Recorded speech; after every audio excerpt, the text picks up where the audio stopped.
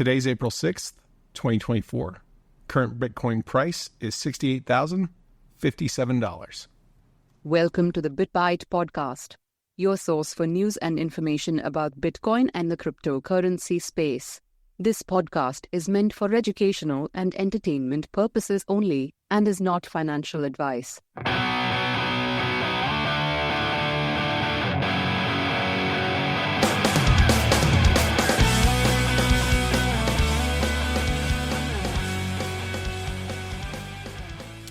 How are you doing, Rick? Oh, pretty good. Yeah. And kind of crappy weather, but again, It was so crazy. Or it's just going to be crap weather. It was beautiful, the last 2 days. Mm-hmm. And then even last weekend, Saturday was gorgeous, and then Sunday was kind of and then this weekend too, it's supposed to be kind of cold and windy, and we got rain last night. But at least we didn't get an earthquake like New Jersey. Or Taiwan. Yeah. Poor Taiwan. That was pretty crazy.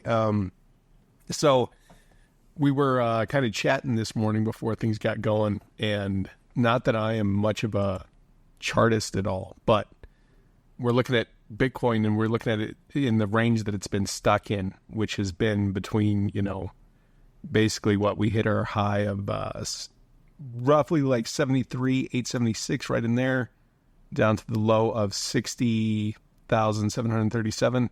And then we've been kind of bouncing within that kind of wedge pattern, which typically means that Bitcoin is coiling right now, right?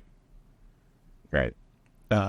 It could be a break to the downside, but more than likely it will be a break to the upside. So we were looking at some of this stuff. One of the first things that we could actually look at, which has been really awesome with those far side charts, is seeing the flows and how they've flipped back to being positive again.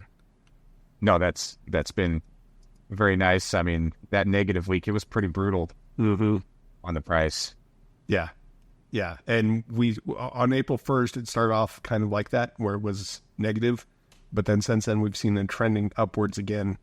April 4th, it was 213,000, or is that 213,000 on that chart? I think it is. Or 213 million, and then 203 million on the 5th. So we're seeing a nice amount of inflows again, positive inflows rather than the negative inflows that we had seen there for a little while. And there's a few things that kind of coincide with that, right? One of the big ones was Blackrock. They added some new participants for the IBIT ETF, and they're actually adding some banks into this thing.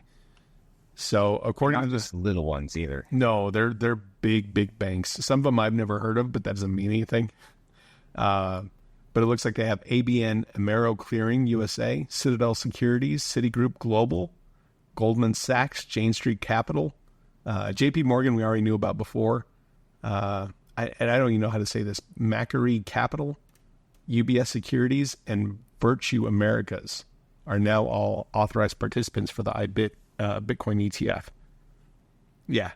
So, and one of the crazy things, I think it was last week, Larry Fink was on one of the finance news networks talking about the Bitcoin ETF, and initially I think they really only thought, and I know we've mentioned this before, but I think they really only thought that they were only going to get about 20 billion worth of inflows in the first year, and I think they've hit 100 billion already.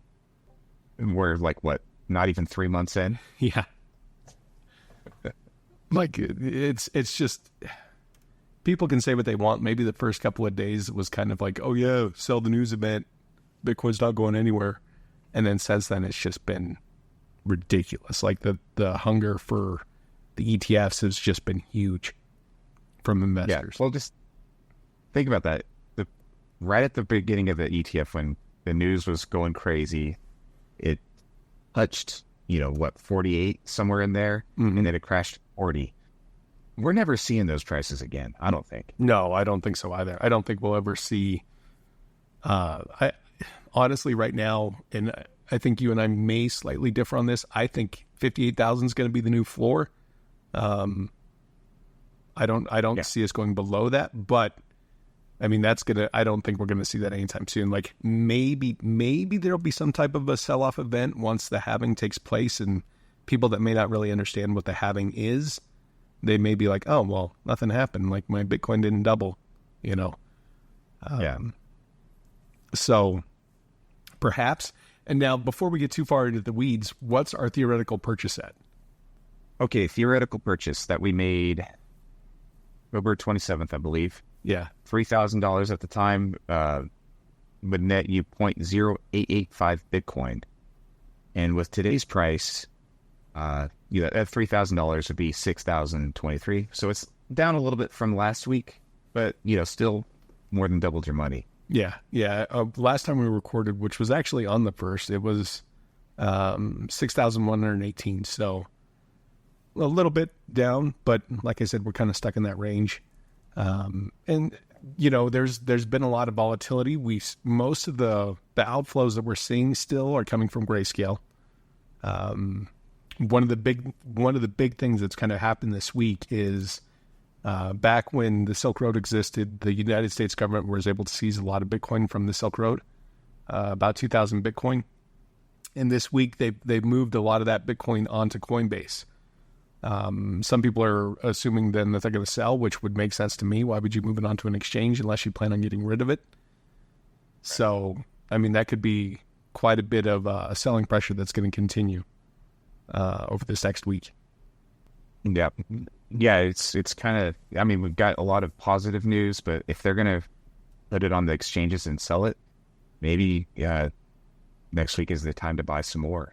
Yeah, that really could be a good buying opportunity, because right now that's all we're seeing is a lot of consolidation. Like we're not seeing major drops or anything like that. When you look at that kind of those lines that I drew on this chart, these squiggly lines here, we're basically stuck within this range. And typically when Bitcoin is in those ranges, there's a good chance that it's going to break to the upside. And that, right now I'm kind of looking at that as being right around the 16th of April, whenever that break's going to happen. And I think it'll be to the upside, but it would give during that time for us to kind of go back up, touch around the $70,000 level, come back down within the $66,000 level, go back up to like 69,000, come back down to like 67,000, and kind of continue within that until it finally breaks. One of the other pieces of positive news that we did have this week is that we had talked about this probably about a month ago. Genesis was going to sell their Grayscale Bitcoin Trust shares, and it looks like that has been completed now. So that major amount of selling pressure is now done. So, that's Grayscale has basically just been bleeding out the entire time.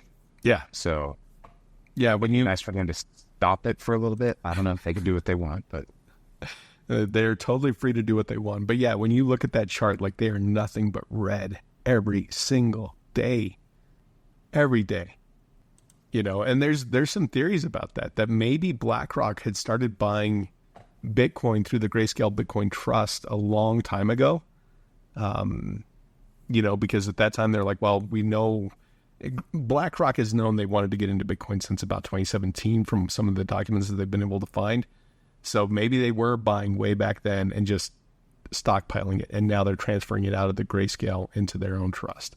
Obviously there's other factors in there. There's Genesis. There's been some other stuff that has been selling off from there, but it's kind of interesting to see how those are kind of matching up between the inflows and outflows with that. And I don't know. There's been some rumors going around that BlackRock has actually been reaching out to only their high net worth clients to get into the Bitcoin Trust, or not the Bitcoin Trust, but the IBIT spot ETF. Yeah, and you're talking pretty big money. Yeah, individuals. Yeah, they've got to be looking at what they're saying is that it's got to be $34 million or higher is what they consider high net worth, and that's who they've been reaching out to. They're not reaching out to anybody below that right now. Yeah. So, kind of interesting to see. You were talking about what do you think will happen on Monday? I just think I think this Monday, whatever happens. Usually Mondays for the ETFs, they kind of break to the upside, or they kind of start the week off showing selling. Like, what was it, a couple months ago, or maybe it was even a month ago, where you were looking at the price and it was somewhere in the 40s, and the next thing you know, it's basically at 60. Yeah. The next day. I mean, there was some insane moves. So whatever's happening, we're going to find out on Monday. Which direction is it going to go? I don't know. But typically Monday mornings, like in the early hours, it's kind of what your trend's going to be for the day.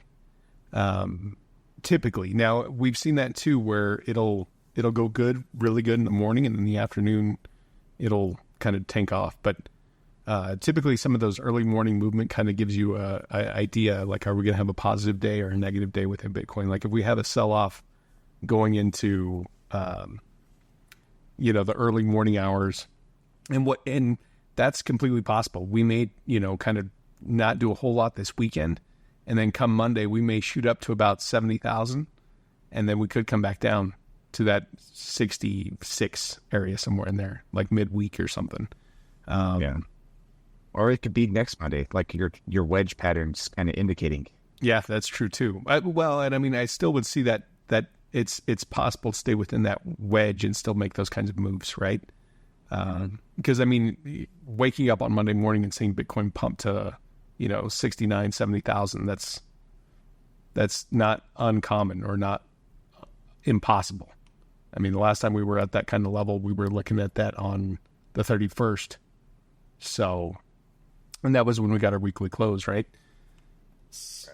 It's anybody's guess what's going to happen with that. And then we still have the Bitcoin halving. We're still looking at around 14 days before that's going to take place. Yep. I think we should do another theoretical purchase on the halving date that morning, whatever the price is. Yeah. We'll keep an eye out for the block height and just kind of see what the price is at that time. Because the block height that the halving is going to take place is at 840,000. And right now we're at 837,989. So we're getting there. We still have some time to go. Current market cap of Bitcoin is 1.34 trillion. So one of the things that I wanted to ask you, and I was kind of thinking about this the other day, normally, the fourth estate and the fifth estate within the United States was always like the media and then some of the fringe groups and stuff like that. Do you think that Bitcoin could actually function as a fifth estate for the U.S. government? I think it can function as the fifth estate for the entire world, or the fourth estate.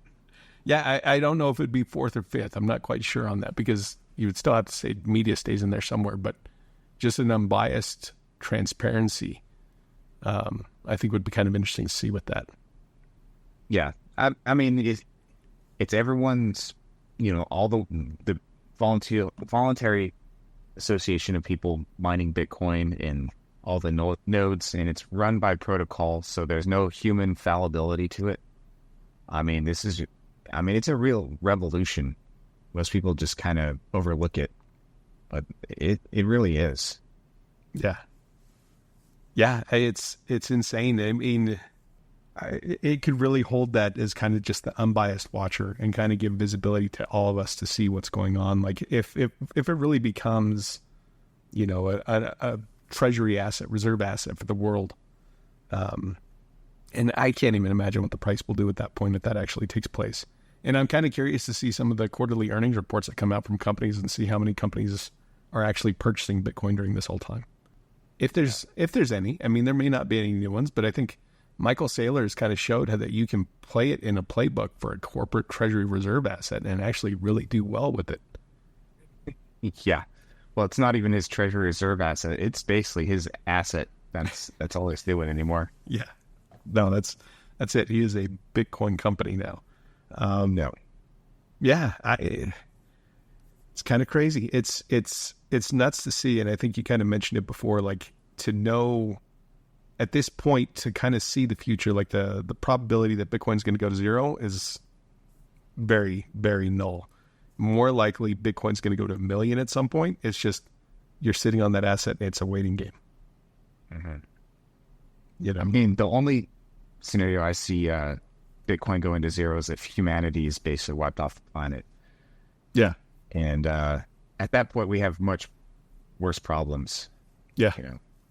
Yeah, and I don't even know necessarily if gold's the right thing to have at that point. Nope. It'll be a better precious metal. I don't know. Maybe we'll leave the Bitcoin for the cockroaches to take over. Let them evolve and handle it at that point. But yeah, it's exciting. It's scary. It's exciting. It makes you aggravated because it makes you impatient. I mean, I guess my big thing, with this time, and I don't want to go too far into this, but with this halving and with this bull cycle in general, this is the first time, Bitcoin's always done really well within the bull cycles, but this is going to be the bull cycle where I think Bitcoin, the price just goes ridiculous. Typically you could always kind of buy a little bit and actually make some substantial purchases with Bitcoin to get kind of closer to a whole coin or whatever. But I think that a lot of that's going to be outpaced here pretty soon. I agree. Well, just a side note, I saw Plan B on his thought to flow model. He's actually predicting this cycle is going to hit over 500 grand. Yeah. So yeah, I don't know if that's true. I mean, he said some other things before that kind of didn't turn out, but it's a pretty interesting model. And I think if we did hit 500,000 this cycle, I would not be surprised at all. No, I wouldn't either. It's to where if you ever had a fragment or maybe made a small purchase or anything like that of Bitcoin on one of the examples I come back to is, on my phone I use the Brave wallet and I collect Brave tokens with it. And I think probably about a year ago, maybe a little bit more than that, I transferred those Brave tokens into Bitcoin. And it wasn't much. It was like $20, but I mean that $20 is now worth $100. So you could have those little fragments of Bitcoin scattered around on different wallets that could become substantial amounts of money. I don't know. Well, think about what $20 was back, in 2014 or 2013, but it was still $1 a coin. Yeah. Yeah. That's absolutely true. Absolutely true. But was there anything else you wanted to bring up today? I think that's it for me. So do continue to help support us if you want to sign up for our newsletter. You get your cold storage checklist when you do sign up for that, and you can get that at www.thebitbytepodcast.com/sign up.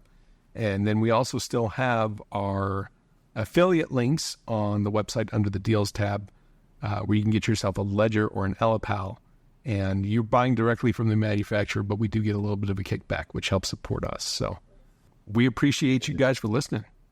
Yep. Thank you.